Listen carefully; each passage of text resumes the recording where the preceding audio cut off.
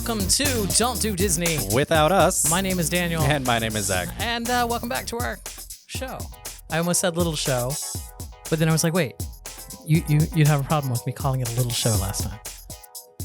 I don't recall it being a problem. You just maybe I said cute. I don't remember what I say. Our show is both cute and little and amazing. There you go. But that would be more than both. That would be all. Anyway, it's not important. Knock, knock. Who's there? To who? No, it's to whom. Anyway. That was a grammar joke. Okay, whatever. Welcome back to the show. This is the show where we talk about things related to Disney, the Disney Corporation, Disney Parks, of course, being one of our favorites, but also things that are happening other places in the Disney Corporation, such as the cruise lines, television, movies, all kind of things. Streaming, everything that they've got their little gloves into. We'll probably talk about it at some point in time on this show, and we're excited that you're here. Let's start right off by talking about the things that are coming up this week at Walt Disney. Well, I mean, at Disney. In Disney. Oh, wow, that's hard to say. Things that are going to be happening. In the Disneyverse. And the things that are going to be happening this week at Disney. Number one, the guest relations building at Epcot is going to be closing on Tuesday. So if you've been to Epcot recently, you know that is, you veer to the left under Spaceship Earth and you go up, and it's right before you switch back all the way back around Guardians of the Galaxy building there. That guest relations will be closing. It's closing for refurbishment. Yes. So it's not a permanent closure. Correct. But during this time, you will need to go to one of the other guest relations umbrellas located throughout the park. There's also a large guest relations building outside the gates of Epcot, coming from the bus area. So if you're coming from the bus area heading to the front gates after you've passed security there is a guest relations building there that you could also go to. Just thought I'd let you know. And speaking of, this is not on our list, but I saw it on the internet today regarding Epcot and Guardians of the Galaxy. Yes. There is now some signage at Epcot that mentions Guardians of the Galaxy and points you to Guardians of the Galaxy. Oh. It was in an article mentioning that, again, with the speeding along of the Connections Cafe, that switchback path might actually be changed to go past Connections, so you don't have to go all the way around the guest relations building. I just thought that was interesting, since they're now putting Guardians on signage. There you go. So it is speeding along. Yeah, it's supposed to open in the summer this year, right? Yes. So we got Guardians of the Galaxy. Looking forward to that coming up. Hopefully it'll be open soon, and there'll be pass holder previews, just like there was for Ratatouille, so that we get to ride it. You can go and ride it, and I will not. Oh, you can walk through the queue, though. Yes, I will walk through the queue, which is very well themed and designed based on the pictures that Zach Ridley has been sharing on Instagram. Okay, the second thing that's happening this week just happened this past week, but it happened after we had told you what was coming up this week, and we could not have foreseen this, so we just threw it into this section. That is, there's a policy with a mask. So there's a mask policy change at Walt Disney World, which you no longer now need to wear a mask. If you're fully vaccinated, you don't need to wear a mask on the Skyliner or on the Galactic Star Cruiser shuttle. Yes, the box truck, as people like to call it.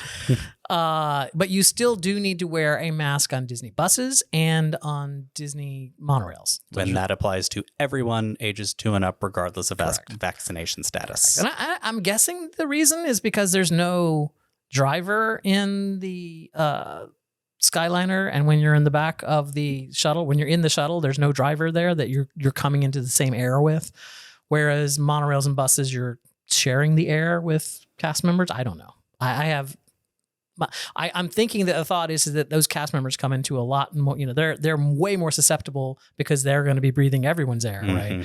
And so then if they become an infection point, then it would spread it to other people. So it's a liability thing. Probably. I don't know. I'm not, just forget I said that, because I'm probably just inviting We don't know why. We there. just know that Disney made an update to their mask policy, and we figured, given in fairness, we never wore our mask on the Skyliner anyway. So it was just you and I and the Skyliner cab, right? So we didn't wear or took our masks off when we were in there. But speaking of COVID-related things and COVID-related policies and closures, Shanghai Disneyland is closing tomorrow, Monday the 21st. Yes. Although at this point it is tomorrow in Shanghai, so Shanghai Disneyland is closed due to rising COVID cases associated with the Omicron variant and I believe the new BA2 variant of that same variant. Okay. The sub-variant. Yeah, that which currently means that there is no Disneyland operating in China because Hong Kong, China has been closed since January, and now Shanghai has joined them in closing. And, you know, I'm assuming, as all of us would assume, right, that when the cases start to drop, the parks will reopen. The other things that we have on the list are just announcements that came out this week. So these are not things that are going to be happening this coming week, but they are announcements that we are keeping our eye on, things that we're excited about. Number one, the Tumble Monkeys are returning to the Festival of the Lion King, which is sorely needed. I don't like that show without the Tumble Monkeys. Yes, hopefully when the Tumble Monkeys return, they will also return the name. Because right now it's a celebration of the Festival of the Lion King for the modified version of the show, and it's not very wordy. Great. Just very, you know, it's the same show, but without the Tumble Monkeys and Timon. The whole middle of the show is the Tumble Monkeys and Timon doing their bits, and also the birds are just dancing at this point. They're in a modified dance thing, so they don't do the aerial. And note that Disney hasn't said anything about that portion of the show returning, and the Tumble Monkeys performance may be modified because the pandemic is not over. Right, but you would think, all right, so realistically, the Tumble Monkeys do aerial stuff and the birds do aerial stuff. There is probably union, safety things where there has to be stagehands that do that aerials thing. And so without the Tumble Monkeys performing, it was just easier to not do the birds, isn't there? So hopefully this show will be back to its former glory sometime soon. They didn't announce a date. They just said sometime this year. Victoria and Albert's will be reopening this year. Again, no specific date to that, but that is one of the experiences on property that while we probably could afford it, I don't know that we ever really want to. It is a very, very, very, very, very special occasion restaurant. I think you're conflating eating at Victoria's and Albert with doing the chef's table experience at Victoria's and Albert. That those are two separate things. So you can go and eat dinner at Victoria's and Albert if you can get a reservation. And it's going to be expensive. Make no mistake about it. It will be expensive. It is. Yeah. That is. Would you say that is the most expensive restaurant on property? Yes, easily. So Victoria's and Albert will be an expense. But if you wanted to eat at the chef's table, that is an even more exclusive and expensive experience that you could have at Victoria's and Albert. So I don't necessarily want to do the chef's table at V&A, but I would like to eat at Victoria's and Albert at some point. I feel like I'm thinking the one time I looked at the menu to be like, would we ever want to eat here if we could ever get a reservation and we had an event that was worth the price. My biggest issue with it was there were no prices on the menu. Yeah, well, if you have to ask. Other than you can do your entree and stuff, and then also pay the $150 add-on for your wine flight. Yes. Again, I would still like to eat at Victoria's. And then the final announcement that we had was H2O Glow Nights are coming back to Typhoon Lagoon. This was an event that, did you go to it? We both went to it. Okay, we both. I went to two. I have a t-shirt from it. I went to one that was... You went to a VI pass holder preview. Correct. Or VI pass holder night. Correct. I went to a VI pass holder event at Typhoon Lagoon that you weren't able to make, and that was a... that was before I had upgraded to the gold pass. That's right. I was still silver at that point. And so then we went back and did an H2O. An actual H2O Glow Night. Which is... I enjoyed it a lot. I really did like the H2O. I like Typhoon Lagoon a lot. We did both spring for the $99 water park add-on this year, which is better than the water park add-on that we had last year. There used to be a Florida resident water park add-on that you could get. Well, it wasn't even add-on. It was just a standalone Florida resident it was a water park pass. But it was only good for after 2 p.m. So there are no blackout days, but it was only good after 2 p.m. each day. Which now... sucks if you wanted to go over like early on the weekend or something. Yeah. Or, but now this year, with it being added onto the pass, it's only $10 more. And there is no before two. So it's anytime, no blackouts. And it includes the putt-putt golf in the evening, right? And it includes regular golf, but we don't play regular golf. All right. Those are the announcements that came out about the things that are coming. Wow. That was that segment.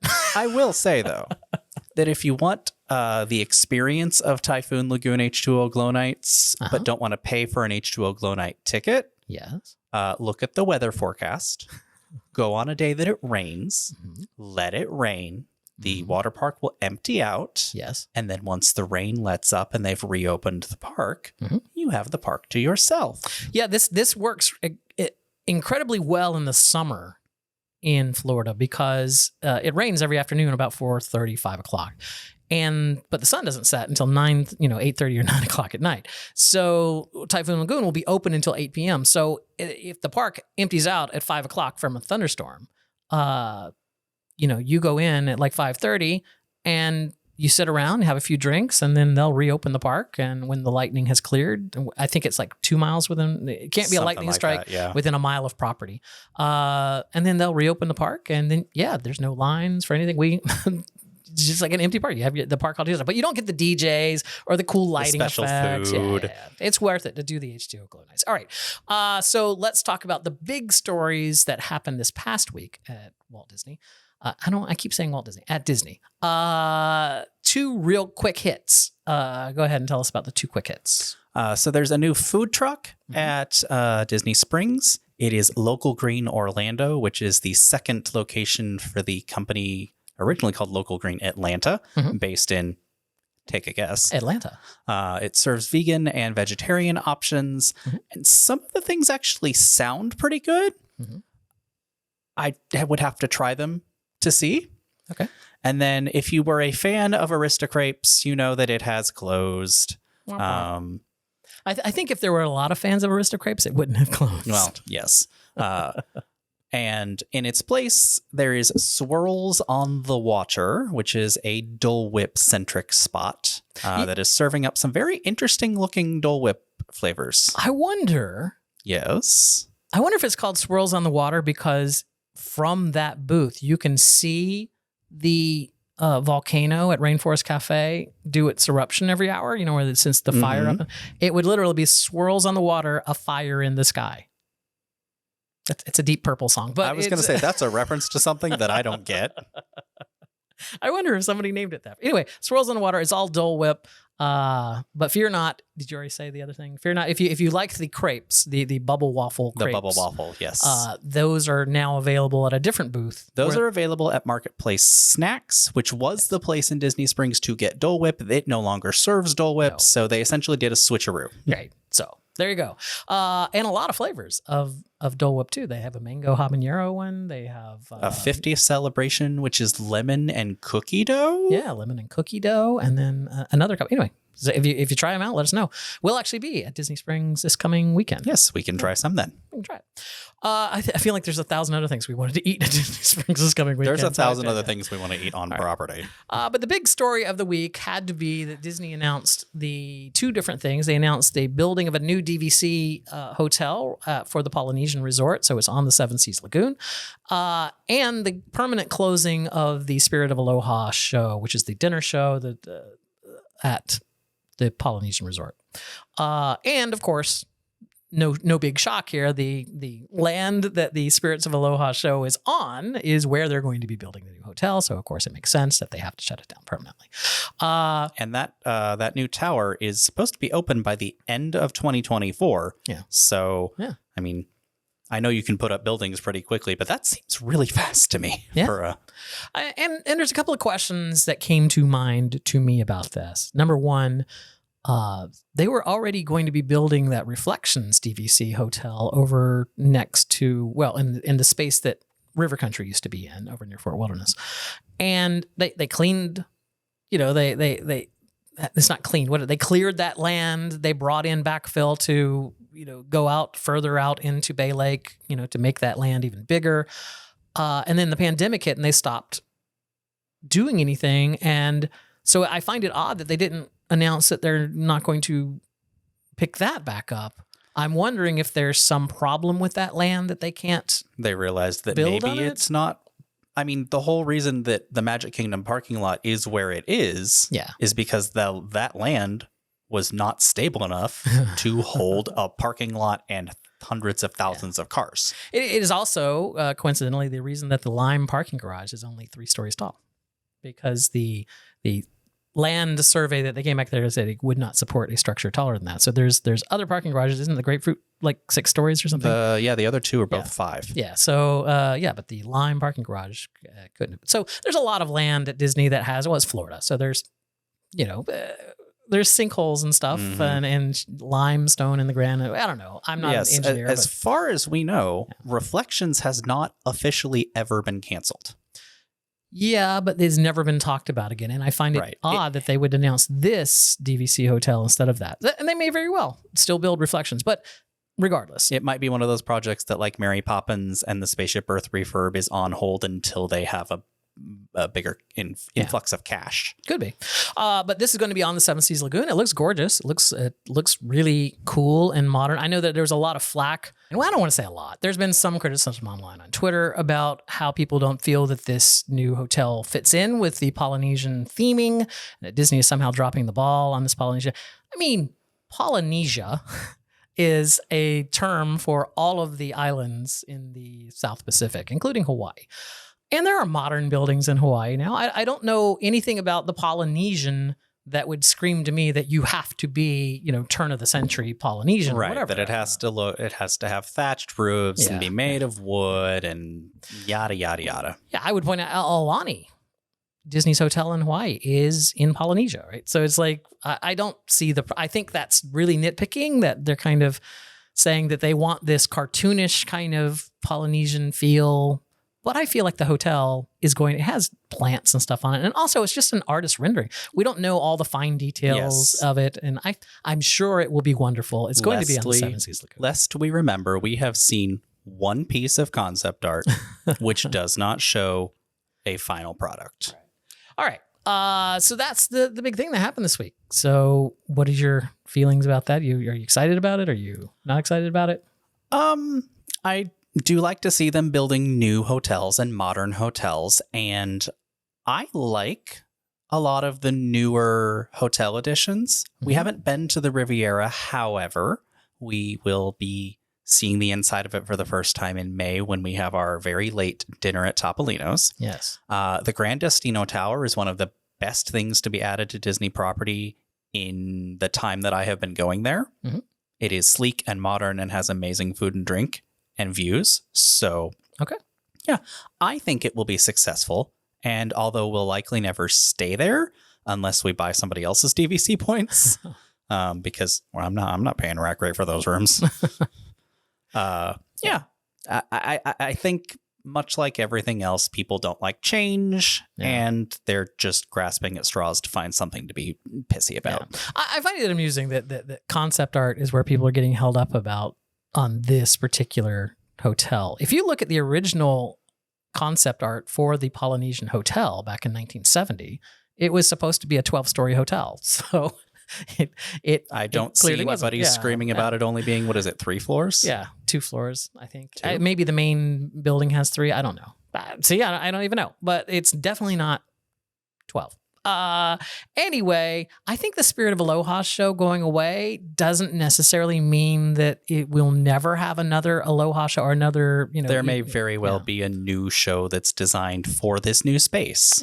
And inside in the hotel, like in a conference, for lack of a better word, in a conference room type of space, like a big gallery, a big open space. Air conditioned. Indoors. Because I feel like the Spirit of Aloha show was outside, and I think 2 of the most prominent complaints there would be bugs and weather, right? Bugs and heat. So if you can bring it inside, then you as people who live in Florida, I complain about bugs and heat all the time. That's true. All right. Speaking of complaining, let's get to our heroes and villains of the week. I don't remember. This is an odd number show. So do we do heroes or villains first? We did villains on the first show. So yes, villains first on this odd number show. Who is your villain of the week, Zach? My villain of the week are the adults in Texas who brought their racist cheerleading routine back to Disney World. Yes. There is a lot of blame to go around, some of it at the feet of Disney, but the people who brought this show back, I don't care if you're from the middle of Texas. Super racist Texas. You know better. Well, not only the local tribes there have been protesting their stuff for years, so it's not like it's not like they're unaware of the fact that this is racist. Yes. So, okay, that was. And also, whoever filmed that video that went viral, get a better camera. Yeah, I don't even know how you make a camera. I don't know how you film a video. We were actually debating if that was footage from last week because it's so terrible. Yeah, it's like this is probably like from 10 years ago on VHS or something. It cannot possibly be a modern cell phone that gives that blurry of a photo. Anyway, it's not important. Who's your villain? My villain of the week is Disney Plus. But you wore a Disney Plus shirt earlier this week. I did. Disney Plus, who added all the Marvel shows that have left Netflix, and it forces Disney Plus now into you have to make a decision about whether you can, if you're wanting to watch adult content or not. You cannot move forward on Disney Plus until you tell it whether you want access to adult content or not. And set up a pen. I took the Emily Gilmore route there and did 0, 0, 0, 0. But the important part here is that the reason they're my villains of the week is not because they added that stuff to Disney Plus. It's because you still can't watch Love, Simon except on Hulu. Love, Simon was supposed to be a Disney Plus show. It deals with an LGBT youth who is coming of age, and it's a follow-up to the movie Love, Simon. And it is on Hulu because of its themes. So I'm kind of annoyed that it very much screams to me that there's a bit of a double standard that you're going to allow shows that are very, very, very, very violent, but not gays. Right. Well, that's Texas in a nutshell. Anyway, who's your hero of the week? My hero of the week are the teams of conservation scientists at Animal Kingdom, specifically the ones that are dealing with the rhinos. Okay. Because this past week, all 3 of the rhino cubs, is that the right term? The baby rhinos that have been born in the past several years were out on the savannah for the first time. Ranger and Milo, and the new one is Logan. And this is the first time in Disney Animal Kingdom's history that there have been 3 rhino cubs on the savannah at the same time. Wow. Because rhinos are endangered. Yeah. So white rhinos. Yes, white rhinos are endangered. So the more of them we have, the better. Wow. I feel like a cluster of rhino cubs is called a longing. It's like a longing of rhino cubs. It's actually called a crash. That's for the adults. I think that's for just a group of rhinos. All right. I think a group of baby rhinos is called an aw. No. Yeah. Okay. My hero of the week is Disney Plus, who brought up the Encanto sing along this week, added it into the rotation. If you haven't checked this out, you're not going to find a separate listing for it. Well, you will if you search for Encanto, and then there's a separate listing for it on the Encanto page. But it's the entire movie, but what they've done is added karaoke lyrics to all of the songs. So, the cursor goes along with the lyrics and stuff. If by now you don't already know the lyrics to We Don't Talk About Bruno, we don't talk about it. You can find them out by looking at the bottom of your screen. Anyway, it's fun. So if you enjoyed the songs in Encanto and you want to sing along with them, and you're doing that thing where you kind of rah, rah, rah, rah, some of the lyrics, now you have them on the screen. Now you have them on the screen, and you can sing along with them in karaoke style. So there you go. And that is it. So all that is left to say is if you want to reach out to us via email, you can do so. Our email address is don'tdodisney@gmail.com. And you can check out our regular YouTube channel, WDW Aristocrats. You may even be watching the video of this very podcast on that channel. But we normally talk about pins and stuff there. We're heading to Disney this weekend. Yes, we will probably do some short vlogs maybe from our hotel room from the parks. Yeah. And if not, we'll definitely have merchandise and things to talk about when we get back. Maybe even live stream from Disney Springs, because we can now live stream mobily. We can. Yeah, so we'll have to check that out. Anyway, all that is left for me to say is please don't do Disney without us.